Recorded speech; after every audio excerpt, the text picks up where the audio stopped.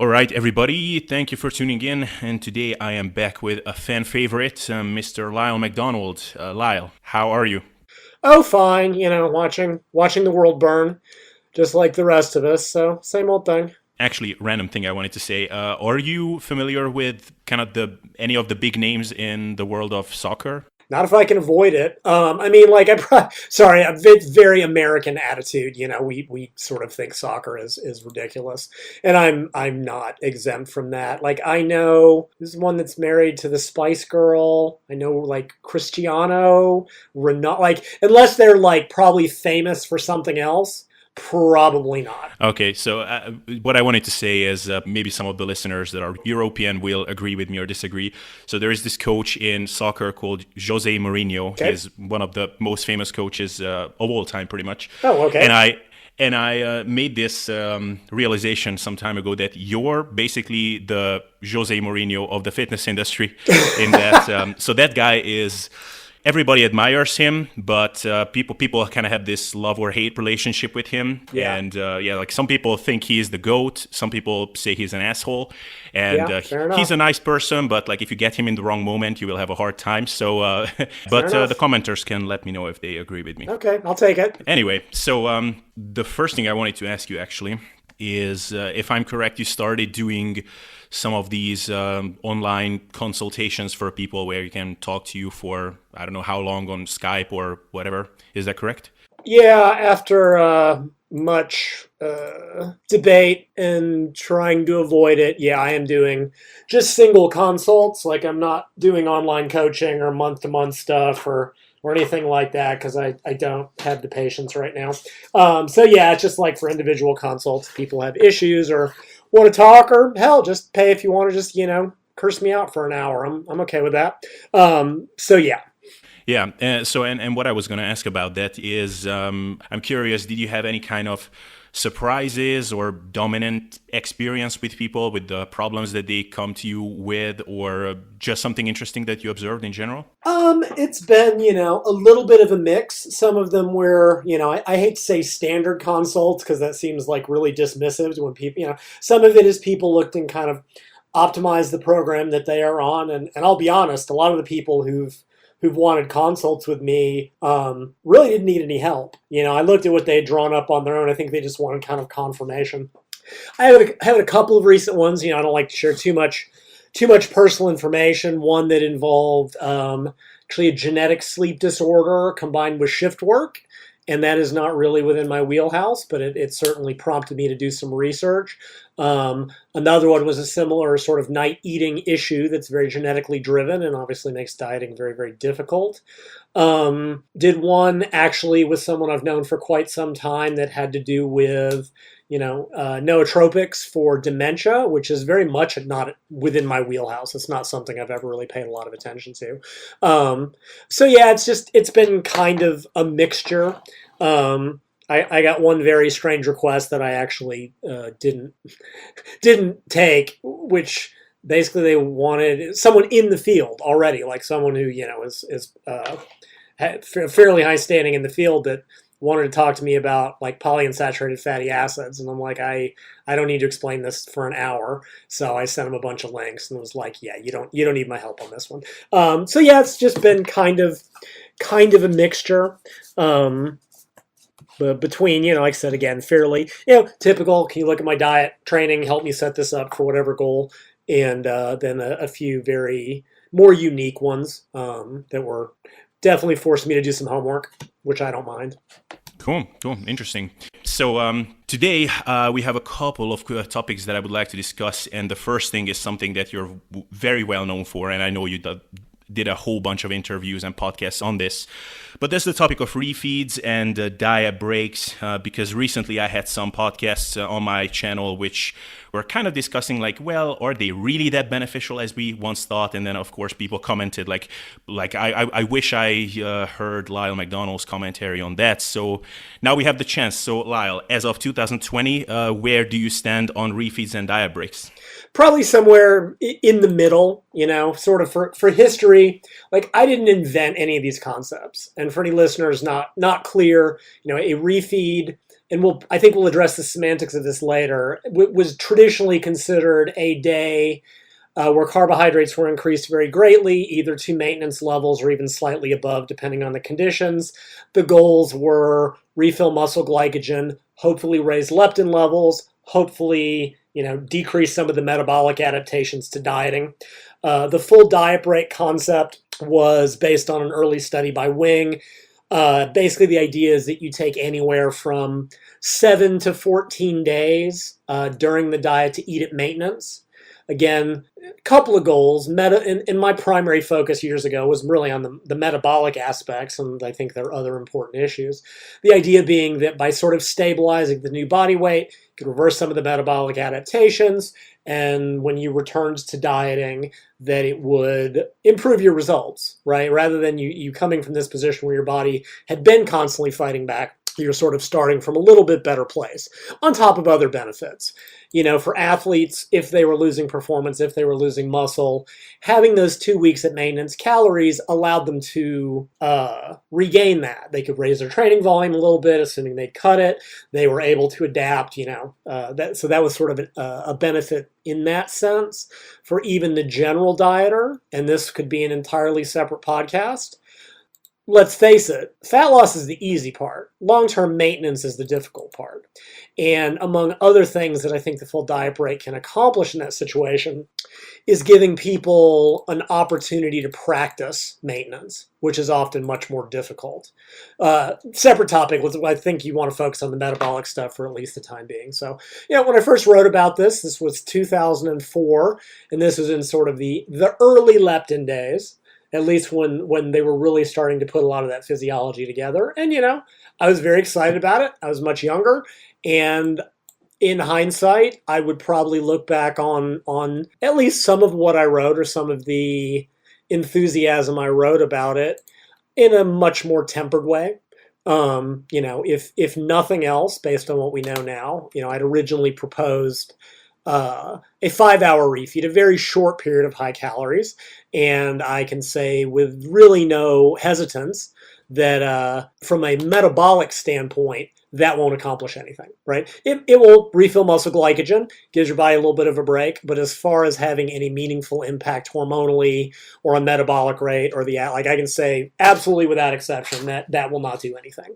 So I would pretty much, eliminate even that possibility from the lexicon. Other than, again, muscle glycogen, et cetera, et cetera. I also proposed, at the time, 24-hour refeeds, 48-hour refeeds.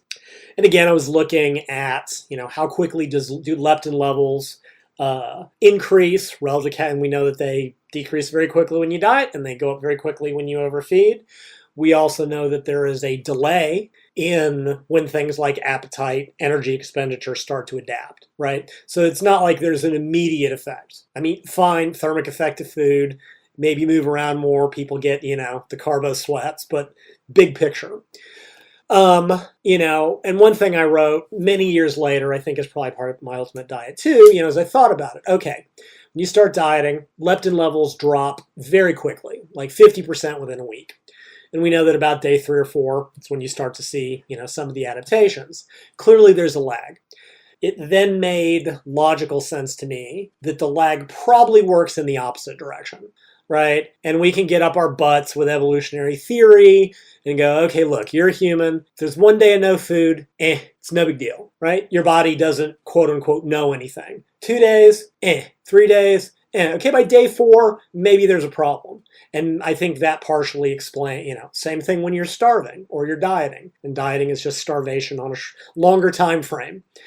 So you've been on low calories. Suddenly, whatever, again, think of Og the Neanderthal or Pale, whatever. Suddenly he finds a ton of food. Great, food's back. Well, for one day, maybe just a one-time thing. 2 days, maybe 2-day thing. By day 3 or 4, maybe that suggests that food availability has increased. So I think in a conceptual sense, that's probably the lag time. So then we get into the question, well, will a 1-day refeed accomplish anything? Yes, it'll raise leptin, there's no debate. Is that enough to reverse any signal meaningfully? What about a 2-day refeed? At what point do calories, how long do calories have to be up before any of this reverses? And I think that gets into a stunning number of other issues. I think, and one time, I think I've got my whiteboard around here somewhere. One day, just in a fit of insanity, this is many years ago, I decided I was going to math it out, right? Because I do think that the size of the calorie deficit does play a role here in terms of how often or how big or how frequently the refeeds have to occur. There's also probably a sex-based difference, which we might have time to get into and might not, because women's bodies do adapt a little bit differently than men's. And basically, I sort of mathed it out based on net calorie deficits and whatever assumptions I was making based on, okay, how often do you need to refeed on a small calorie deficit? 10% below maintenance. What about moderate? 20%. What about heavy?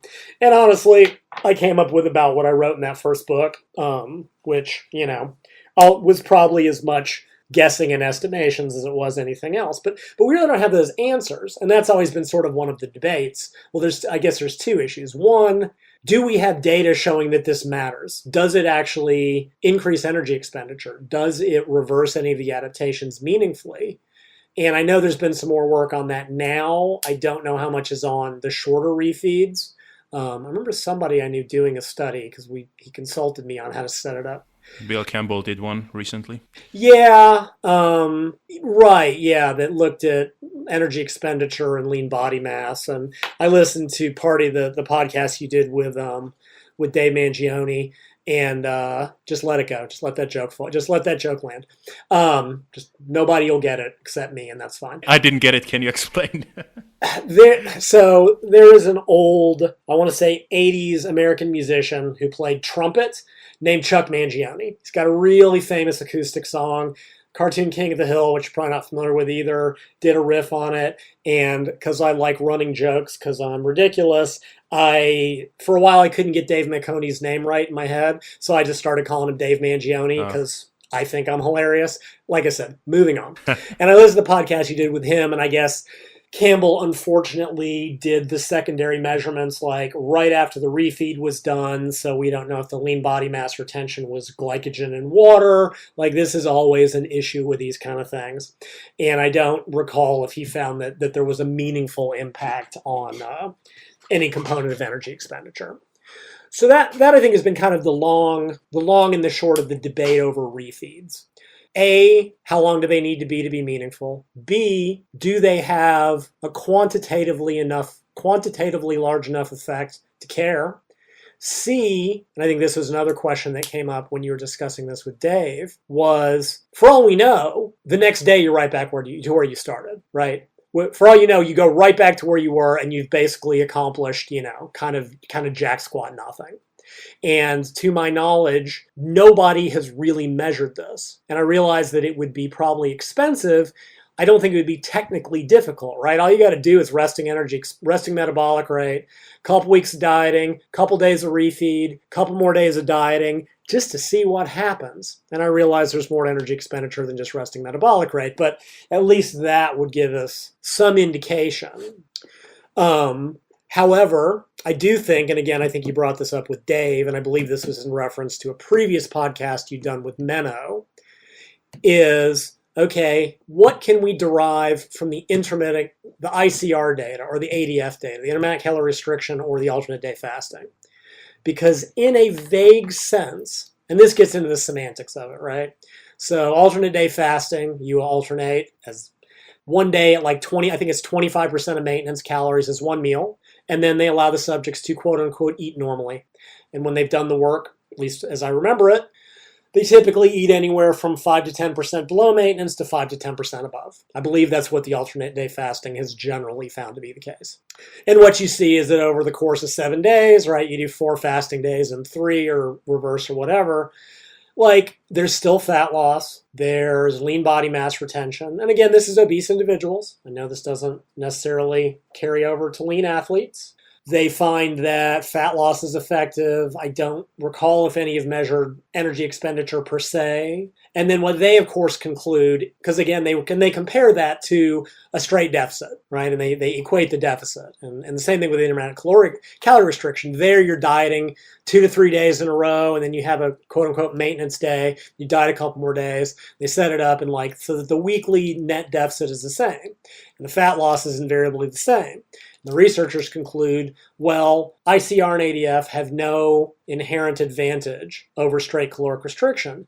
And they don't in a physiological sense. In the sense of course, you don't lose more body fat. It's a deficit thing. The lean body mass issue can be, we've got the issue of muscle and glycogen. I might debate that one in obese individuals, not a big issue. Come back to athletes in a second. I might argue, okay, but what about from an inherent standpoint, right? It's a hell of a lot easier to diet for 2 or 3 days kind of hard, and then know you can quote unquote eat normally, than having to diet 7 days in a row, 14 days in a row, 6 months in a row without a break. So, and I know, dropout rates in these studies are always depressingly staggering. And I don't recall offhand if ICR ADF shows proportionally more dropouts. Conceptually, I think, like I said, okay, I'm going to tell somebody, you got to diet the next 4 weeks straight. That's miserable. I don't like it any more than you do.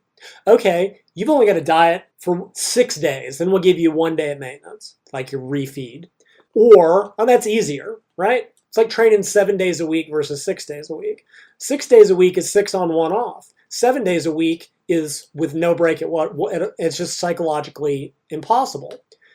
Anybody can diet for 3 days. Anybody can diet hard for 3 days, knowing that 1 day a week they can eat meat. So I would anticipate that for at least some people, that type of pattern might be beneficial. Now, again, you can't necessarily. However, I also would argue that that's going to be better in a general sense for an athlete, right? The general public is not worrying about performance. They're not necessarily worrying much about lean body mass, even if they should be. But the very overfed individual doesn't lose enough muscle for it to matter. Athletes have to worry about cratering performance, loss of lean body mass, everything else. There's always been a logic to coordinating your diet and your training, right? Carb cycling has been around since before I was in the field. This got formalized, into Dan Duchesne's body opus, anabolic diet, what I wrote in Flexible Dieting 16 years ago. Refeeds became sort of a structured form of this. But even the idea of acutely, on a diet day, putting more calories around training, that's always made sense. Support the training, that's important for performance athlete. So in that sense, I could see an ADF pattern, and I think this is kind of what Martin Birkin did with lean gains back in the day, right? If you're lifting Monday, Wednesday, Friday, well, don't diet on the training days. Diet a little harder on the in-between days, and then eat closer to maintenance with your calories around your training to support the training. There is an inherent logic to that I don't think can be, again, this from a performance standpoint now. We still have a debate. Does this meaningfully impact on the drop in metabolic rate, the adaptations that occur? Don't think we have good data on that for acute refeeds outside of one paper one paper on women, actually, that I do want to mention, but I'll let you talk for a second. Yeah, thank you. Just now when I wanted to interject something, and that is on the performance side of things, what you mentioned about kind of alternating higher and lower calorie days based on when your training days are, that's something that always made sense to me as well. How big the effect is, of course, we can debate, but at least mechanistically, I could see how it makes sense. What I'm curious about is what you think of what some people say, and maybe I've even heard you say this, that one benefit of refeeds or diet breaks might be to temporarily at least elevate training performance. But what I always wonder there is, like, how large is the carryover of that to longer time periods? Because you might have a couple of good training days, but if you then go right back to where you were, then did you really gain anything out of that? Well, but I'm not saying that the goal is necessarily to get stronger or better during this phase. But if you're a performance athlete, any loss in performance is a negative, period. I mean, like, I don't even see how that's particularly debatable. That even to say, well, you only had a couple of good training days, that's still better than having all bad training days. It's far, even on top of any adaptational benefits in terms of being able to eat more and being slightly more anabolic.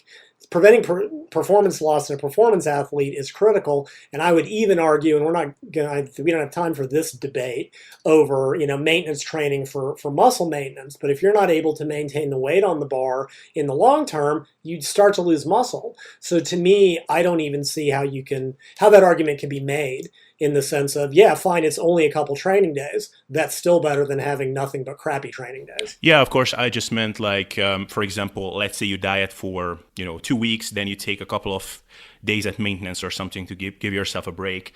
Or are you just gonna be back right to where you were after you had the high days, or will it have a larger carryover? I think it depends on an impossible number of factors, and I know that that's a super duper cop out.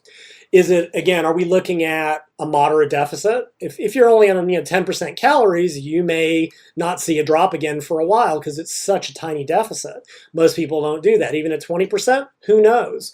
Does all this stop mattering if you simply start cycling your calories day on, day off? Probably so. That'll maintain your performance, really long term. Are you trying to maintain full volume?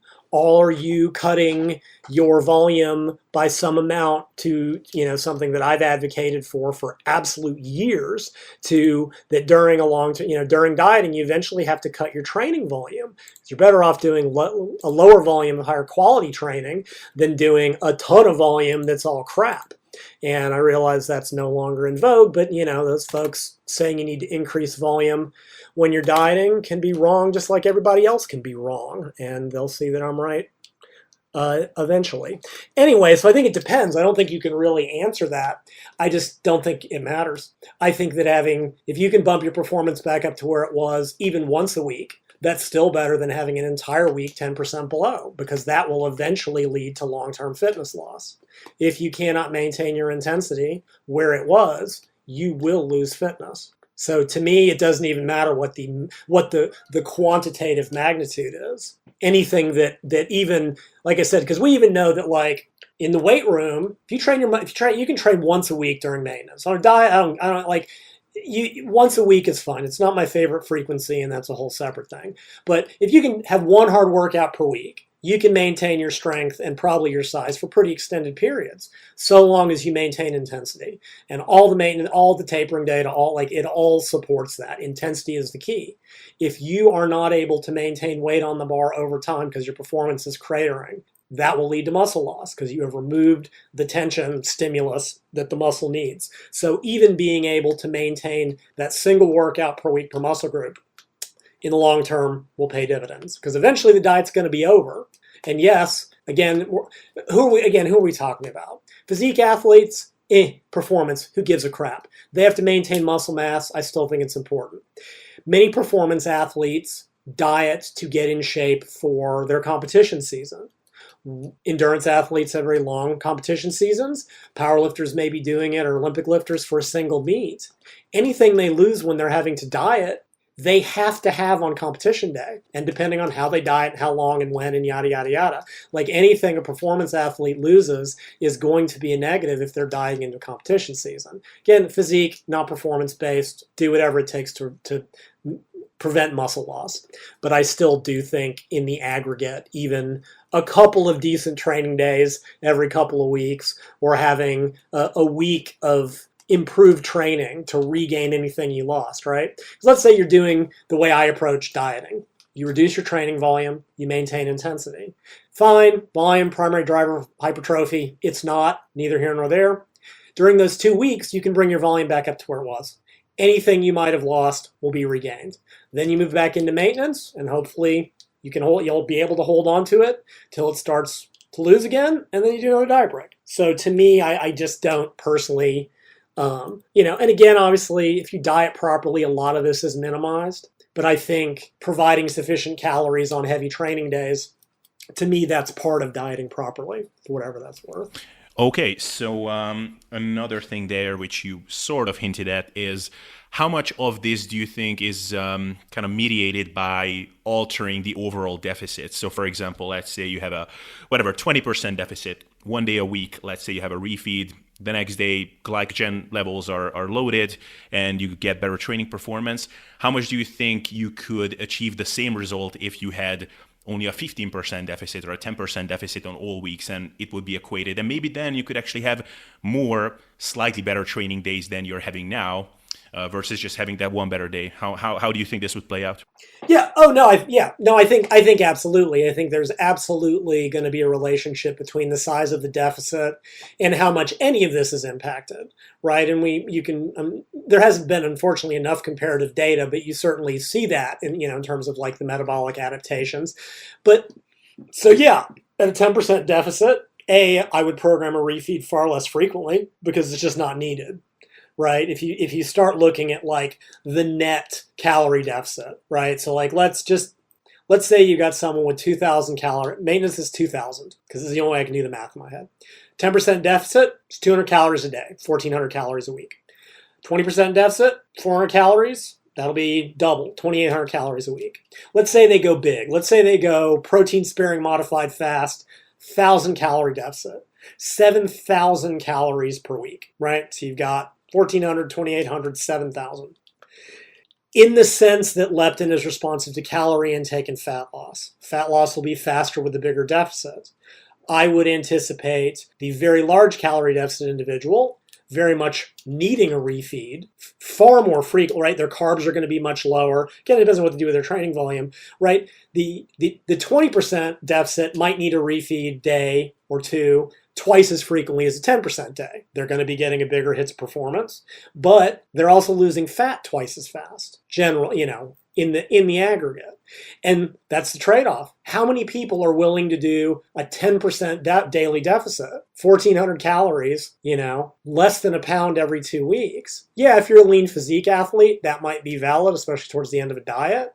But most, that just extends the diet. And at least some people, usually like performance athletes, seem to report that their performance is hurt more by longer, smaller deficits than shorter, more extreme deficits. Of course, they can adjust their training more easily, right? They often just want to do like 4 weeks hard and let performance maintain because then they can eat normally while they're back to intensive training, right? Again, performance athletes. Physique athletes, it's not performance oriented outside of training quality being important for muscle mass retention.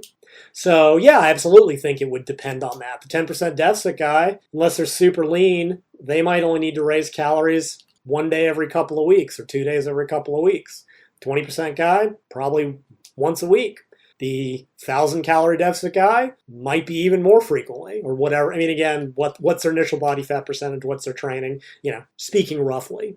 So yeah, I do think it might balance out in terms of how often the refeed or how useful it is, but that's contrasted against doubling your dieting time. Right. So then if we just speak about what your overall stance is in terms of how beneficial these kind of cyclical approaches to dieting versus just having an overall slower approach. So let's say, I don't know, one guy is creating a weekly deficit of 7,000, has one refeed a week, which is maybe in 1,000 calorie surplus. So the calorie deficit is reduced by, 2,000 calories in total. So that's only a 5,000 calorie deficit per week. And then we have another guy who is just dieting slower. So his deficit is only 5,000 to begin with. If we look at it in the long term, and let's say the slower deficit guy is not doing any refeeds for, say, 4 weeks or 8 weeks. In the long term, would you expect better outcomes in the guy who is doing the refeeds? Overall kind of calorie deficit under the curve, equated? Maybe. I mean, it's honestly the best answer I can give. Like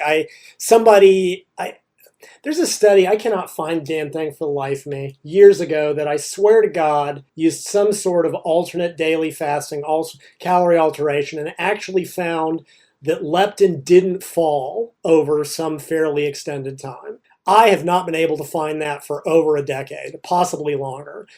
I will be the first to admit that I may have dreamt it, because it wouldn't be the first time that I've made up a study in my head that didn't actually exist. I've looked for years, and I would have sworn I saw it. If anybody has seen it, please send it to me. Because I think that's the other question we have to face here. And so we know that leptin is really the coordinator of all of this, right? When I got into leptin, and this would have been late 90s, early 2000s, It was the final center puzzle piece of a problem I'd been working on for like a decade. We know that all these things happen during dieting. There's this coordinated adaptation, but why? I mean, outside of because you're dieting. And leptin was the centerpiece of that puzzle, because we know absolutely, almost without argument, that falling leptin is the coordinated signal to the adaptations to starvation or dieting. Again, dieting is just starvation on a longer time scale because you're eating. So, and we know, for example, I forget his name, one research group dieted people down to 10% below maintenance, whatever, thyroid went down, metabolic rate, same old thing, fat loss slowed. Injected them with leptin, took them back up to pre-diet levels, about 75% of it reversed. We know that leptin is the key. Even in amenorrhea, women lose their menstrual cycle due to eating insufficient calories, leptin can reverse that. We know that leptin is the key. So in premise, right, so let's go back to that stupid evolutionary nonsense I babbled about. Start dieting on a Monday. Leptin is at 100%. By day 7, it'll be at 50%. Somewhere on day 4, the body starts to sense that adaptation. And in the short term, for listeners so they're clear, the short term, leptin responds to calorie and especially carbohydrate intake. In the long term, it responds to fat loss, right? There's a very much a dual time course on this. That's why we know we can raise leptin with 3 days of high carbs without gaining any body fat. Doesn't have to go up. It's just carb metabolism. Well, what if every third day we ate at maintenance or even slightly above, which we know will bump leptin back up? Well, now it's descending from a higher level over the next 2 or 3 days of dieting, and we bump it up again. Will that not prevent? There's no way to completely stop the metabolic adaptations to dieting. It can't be done. Eventually, just the loss of body fat. Will that slow the metabolic adaptations? My gut says yes, but my gut doesn't matter. Somebody needs to study this. Like, which part of it? Is it only when leptin drops below a certain absolute level? There's some indirect evidence on this in women with amenorrhea, even though body fat percentage is not really the critical driver.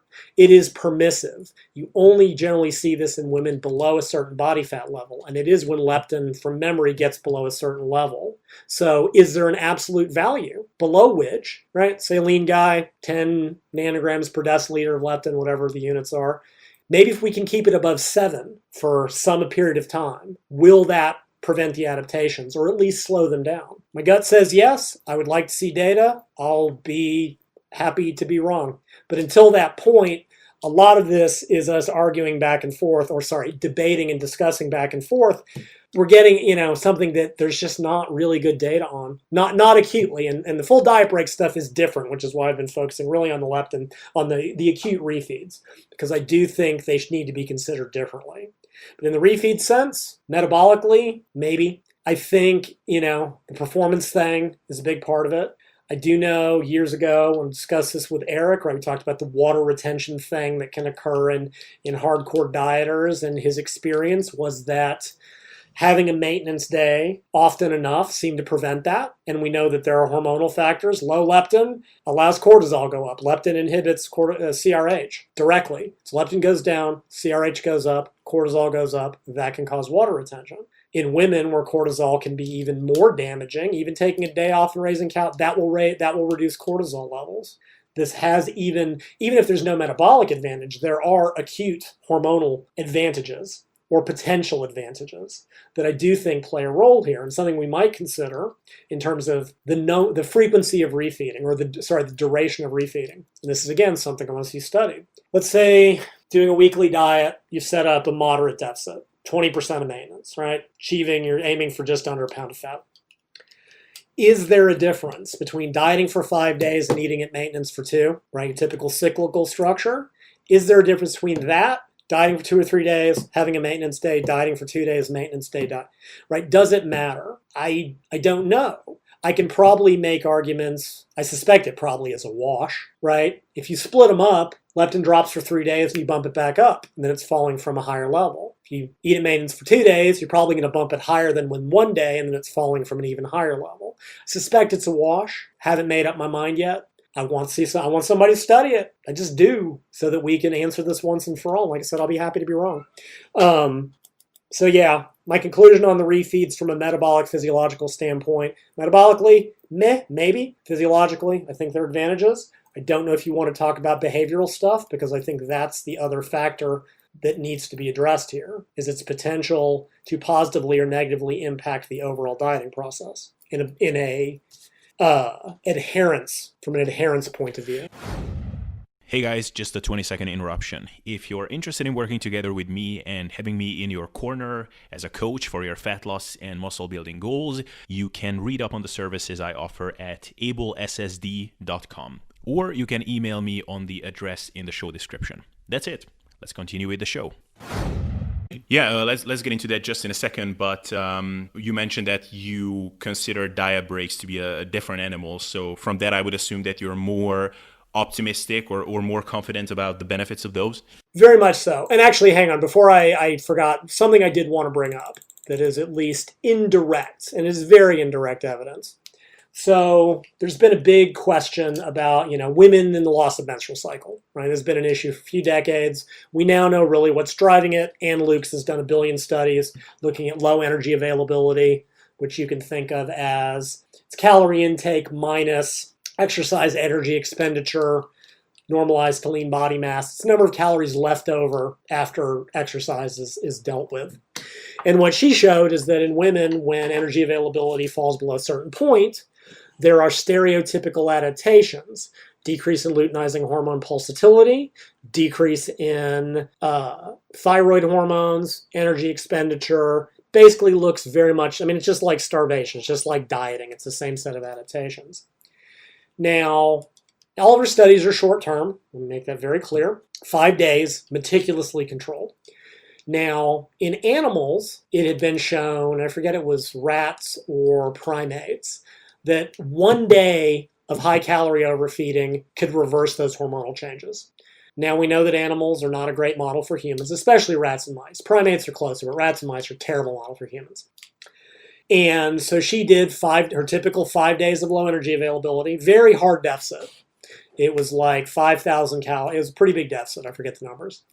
Then she did an absurd overfeeding for 1 day. It was like 6,400 calories. It was like triple maintenance. It was something absolutely stupid. And she saw no change in hormones. Luteinizing hormone pulsatility did not recover. No change. Aha, boom. 1 day doesn't work. Or at least 1 day every 5 days doesn't work. Well, another researcher did a very similar study looking at very similar things. They did complete fasting for 3 days. And when I mathed it out, the net deficit in both was about the same. The fasting study showed the exact same hormonal changes, drop in luteinizing hormone, yada, yada, yada. Then, for no deliberate reason, they raised calories back to maintenance for 2 days. And someone decided, let's remeasure hormones. And they had recovered. So putting those two together, 1 ridiculous day of overfeeding every 5 days doesn't seem to do anything. 2 days at maintenance after an equally large deficit at least acutely reverse those adaptations. Now, what would have happened if they'd gone right back to starving? Don't know. That'd be the great follow-up, but it'll probably never be done. So I do think that certainly, and these were in, average body fat percentage women, not lean, not carrying excess body fat. I think that at least points to the fact that 1 day, except maybe very early in a diet on a very small deficit, probably doesn't have a big metabolic effect. It's just not probably doing what we wish it would. Now, one day every 3 or 4 might, because leptin's not, the body is not adapting as much by that point. 2 days every 3 to 5 very well might. And these were maintenance days. Well, the second study was just at maintenance. The first day was at triple maintenance. I do think it points out, the old idea of the cheat day, eat as much as you can for 24 hours. It's not going to do anything.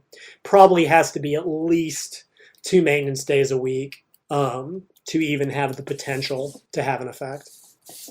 But that brings us back to ADF patterns, ICR patterns with athletes. Fine, just do 3 days at maintenance and compress your deficit into the 4 other days. Boom, problem solved. Got 4 bigger diet days. Every other day you get to eat at maintenance. Support your training. Maybe it slows some of this down a little bit. Prevents water retention. Stay full. Body physique athletes hate it when they're all stringy and small.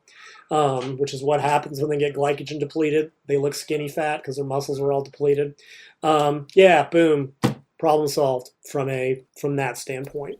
Oh yeah, actually, since you mentioned ADF now, one thing I wanted to ask your opinion about, and this is something that Menno mentioned when I talked to him, is he basically does the reverse approach to refeeds, which is you're keeping your calories as high as possible throughout the week on most days, and then you're cramming your deficit or as much of your deficit as possible into as few of days as possible, basically. So you might eat, I don't know, instead of eating 2,000 calories 7 days a week, you might be eating 2,500 5 days a week, and then as little as possible on 2 days a week. What do you think of that approach? Because that actually fares pretty well if we think about the kind of chronic signaling to your body, and then what you do occasionally matters less, right? Sure. And, and I'll be honest, I think some of this, I personally think calling that the reverse of a refeed, I don't necessarily think that's accurate. But to be honest, this isn't new. I have the advantage of being very old. I am very old.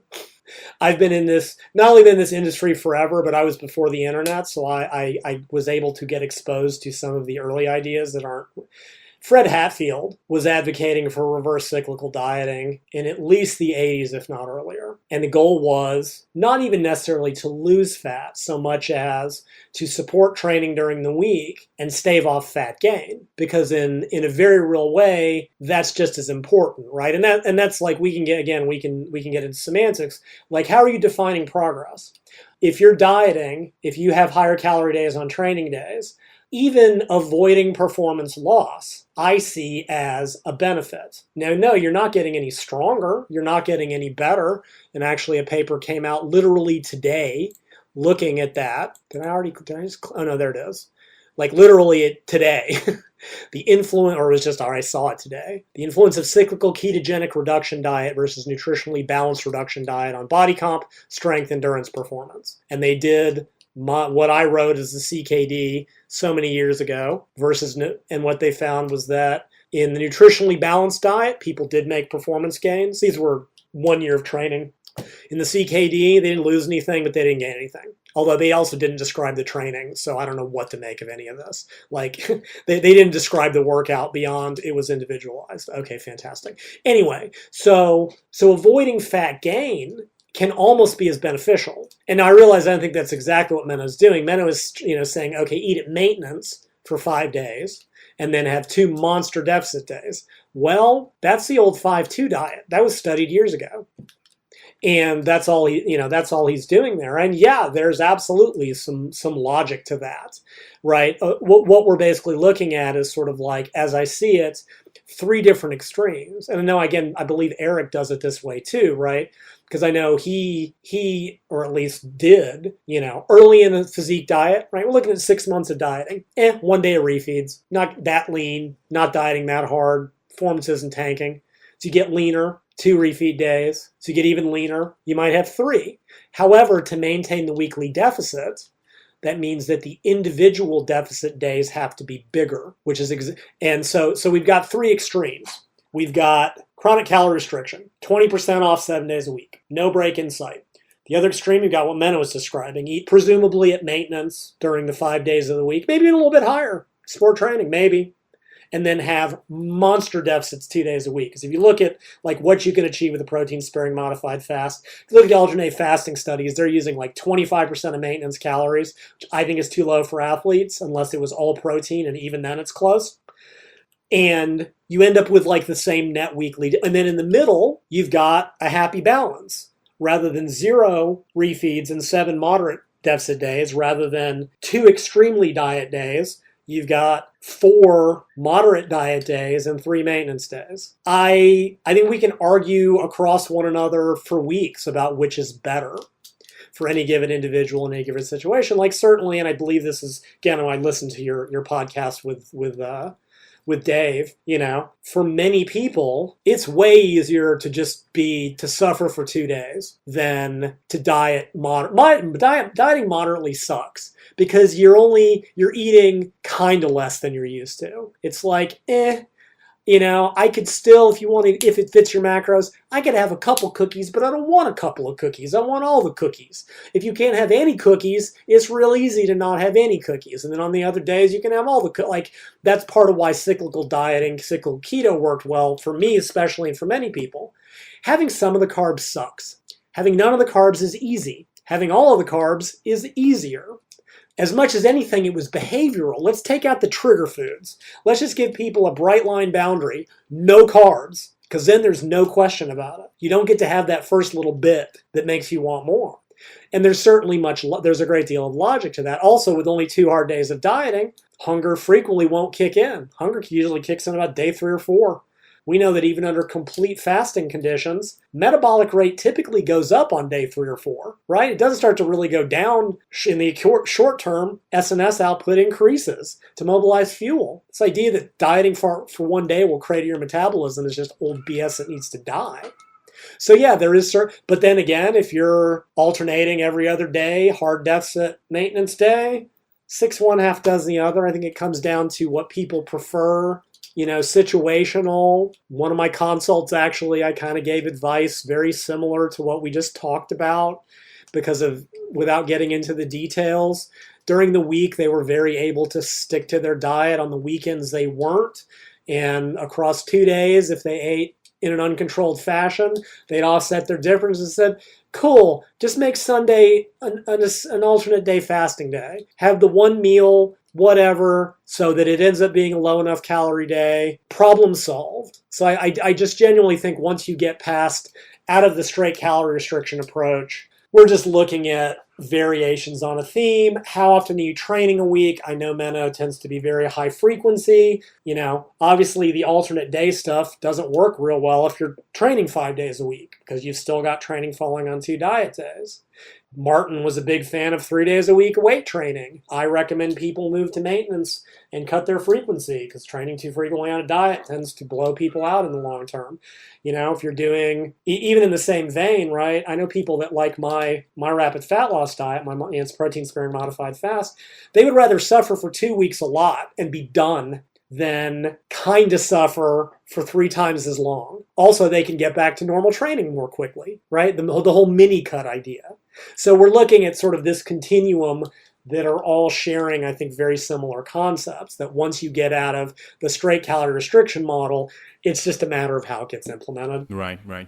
And I think the conclusion there is someone needs to study this properly. Deficit equated, timeframes equated, and then we will have good answers. Yep. And honestly, you wouldn't even have to do it acutely, right? Do this for 8 weeks and just measure it. Measure pre-diet metabolic rate and post-diet. And if they come in, at the same fat loss over that time period, maybe the only advantages are possibly psychologically, possibly behavioral, possibly supporting training. And if one group ends up that, oh, hey, their adaptive component was smaller, well, at least we'll have some sort of an answer. And that's the end of part 1. Alright guys, thank you for listening. I really hope you enjoyed this episode, and once again, if based on what you've heard from me, if you've been following my work for a while, you would be interested in working together with me, having me as a coach and someone who would guide you through to achieve your muscle building and fat loss goals, then you can read up on my services at abel.csabai.com. You can email me at the address that is linked in the show description. And if you just enjoy listening to these episodes, then I would really appreciate you dropping a 5-star rating on the Sustainable Self-Development Podcast on iTunes. That will be actually beneficial for everybody because I will be able to get more high-quality guests on the podcast, and that will be fun for you. It will be fun for me. So please do this a little bit of favor for me. So that would be pretty much it. Thank you for hanging around up until now, and we will hear each other in the next episode.